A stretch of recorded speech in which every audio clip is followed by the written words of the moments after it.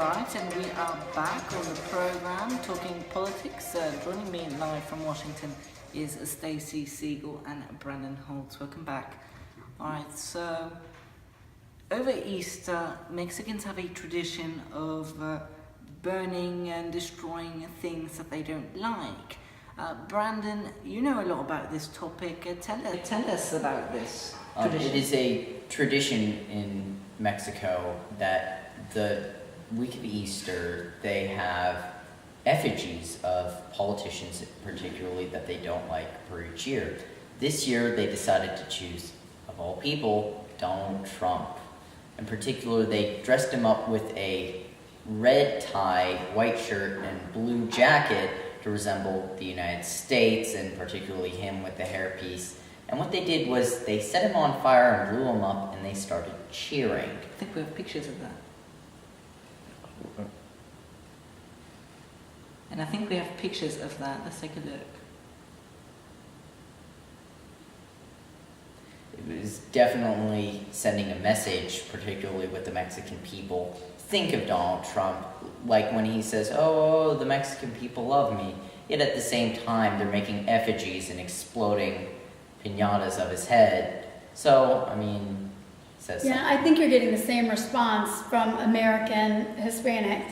It's shown in all these surveys and statistical studies that Hispanics absolutely hate Trump, and they're showing it in every way possible. They're putting signs up in protest, in Spanish, saying, Trump presidente no gracias, and,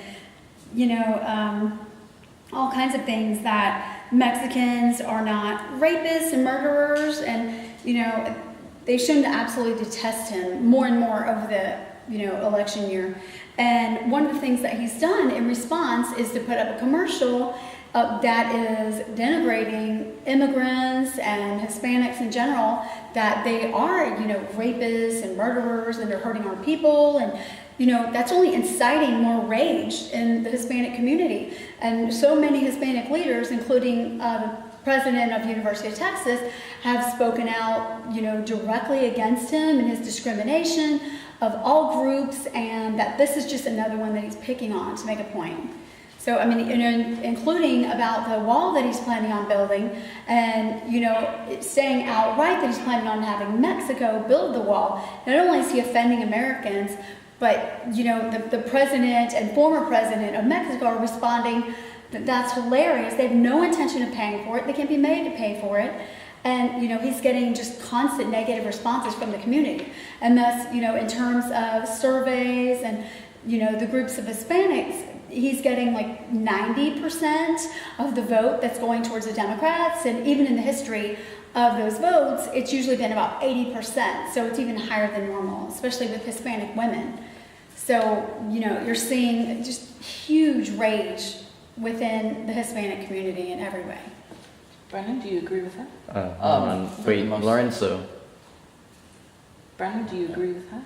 Yeah, for the most part I do. I think that Hispanics in particular have a resounding hatred for Donald Trump, particularly because they're in favor of things such as amnesty. So, well, I think if anybody happened to have watched an interview with Anderson Cooper on CNN, you would notice that he really hammered him in terms of, just facing the facts, attacking him, saying, Trump, didn't you have illegal aliens in a lot of your projects? And he barely had a response, saying, well, not only did we, try and check these immigrants to make sure that they weren't illegal, there's just such big groups of people that we can't do everything about.